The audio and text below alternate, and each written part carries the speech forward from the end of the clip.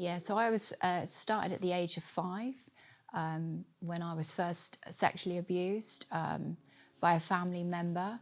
I think at the time I just felt completely powerless. I knew I was being violated, but I had no words to articulate that. At the time, I felt helpless, hopeless, and just stuck. And once again, that fear just came upon me, and I just remember being paralyzed in that moment. That really impacted me greatly, like the trauma of that.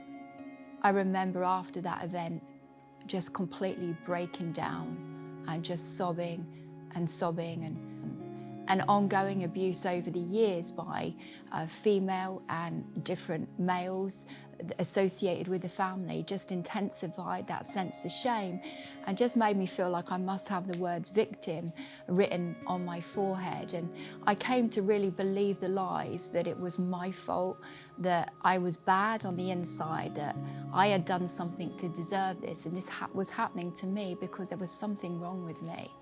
And so then that would set the backdrop really for what was to follow. I went into care after a failed attempted suicide, and I just got involved with the wrong crowd really. I was easily influenced then. I started using soft drugs. Being around those guys, they took me as I was, they accepted me as I was, and that was enough for me then. It wasn't really what I wanted, but I found a place where I could belong. And at the same time, I thought I was free. I think obviously with the drugs, there came the need to feed your habit. And so stealing and shoplifting became a way for me to make money. And I suppose that was really what I became quite skilled at. And that's initially how I would make my money for drugs and committing fraud, stealing people's identity, and committing credit card fraud was another way, burglaries, but predominantly it was shoplifting and credit card fraud.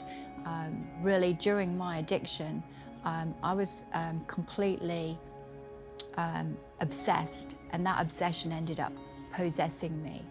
And all I lived for was my next fix. That was all I lived for, and drugs just stole from me. They ravished me. They stripped me of every moral fibre, every bit of dignity, really. During those years of addiction, I also started working as a working girl, and I worked the streets as well, and that was a very painful time in my life, and I think I just pushed things down and just kept going. Over the years, 32 times I tried all different things. I went abroad, I tried every medication going, every detox going. I cold turkeyed so many times. I'd get so far, but I could never sustain it. And I think when you lose hope so many times, you do lose hope. And, when you lose hope, your heart becomes very sick.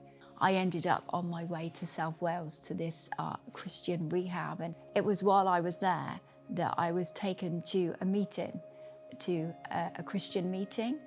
I remember walking in there with the women from the rehab that I was with. And, it was, like I said, it was like nothing I'd ever experienced before. The next thing, this man came out and he started to speak, and he really caught my attention. He had this like glisten in his eyes, and he started to speak about Jesus, and he started to talk about God's love. And I knew my history, I knew my story. And he went on to say how he died a criminal's death.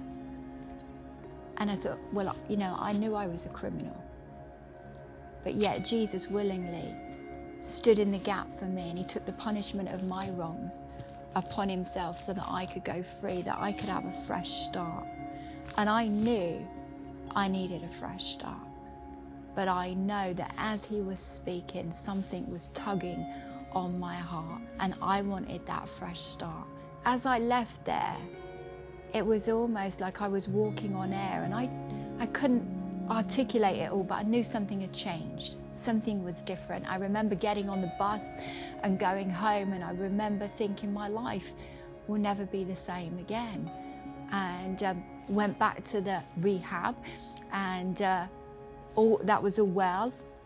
And I was there for another couple of weeks, and I received a big payout, ran back, and within a month I was using again, only this time I couldn't get high. You see, something had happened, but it was taking me a while to catch up, really, with the magnitude of that decision and the impact that would have on my life. Trying to get high, not being able to get high, and I had this real kind of sense and urgency to get back to the rehab, because I knew in my innermost being that I would be a part of something in the future there, but I had no idea what that was. It was during my time in the rehab that one of the girls handed me a copy of what is called the Father's Love Letter, and I'd never seen this before. And I started to read the words of the page, and it started off, "My child, I know everything about you. I know when you sit down, and I know when you get up.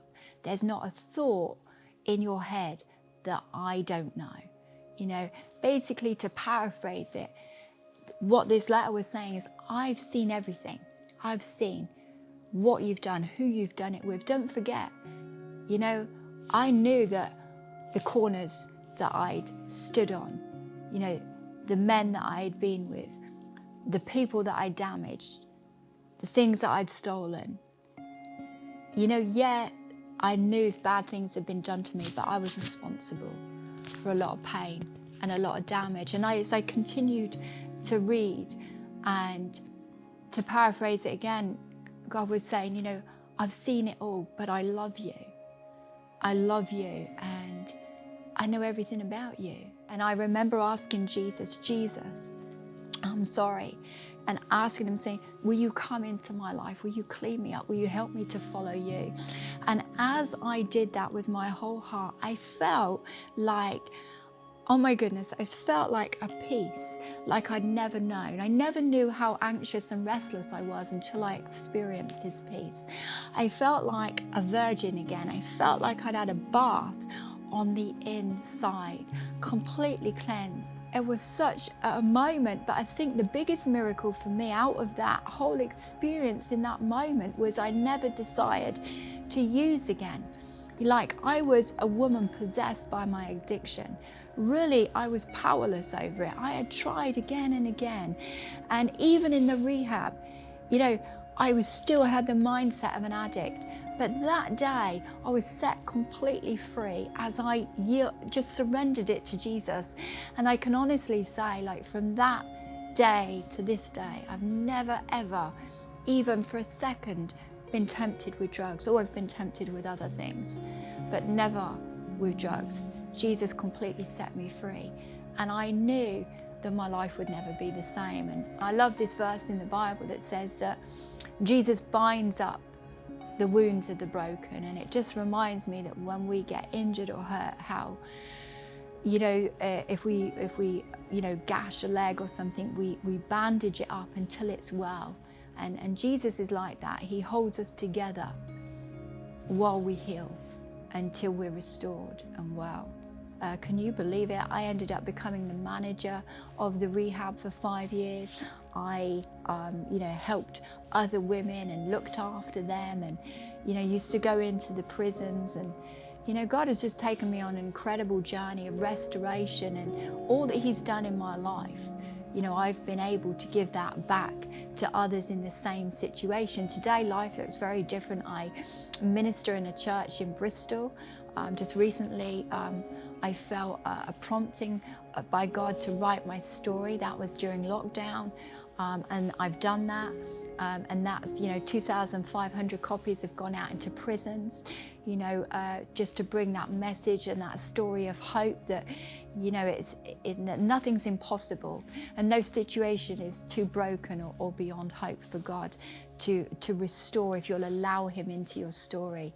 I think knowing him with me every step of the way, and having him by my side as my closest friend, the one who I can turn to, the one I can depend upon, the one who, you know, even when we still walk through difficult situations, holds me.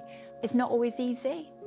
It's not always easy, but he is a constant. And instead of running away now, when I hit an obstacle, a challenge, a temptation, or a struggle, I run to him because I know that he'll bring me through.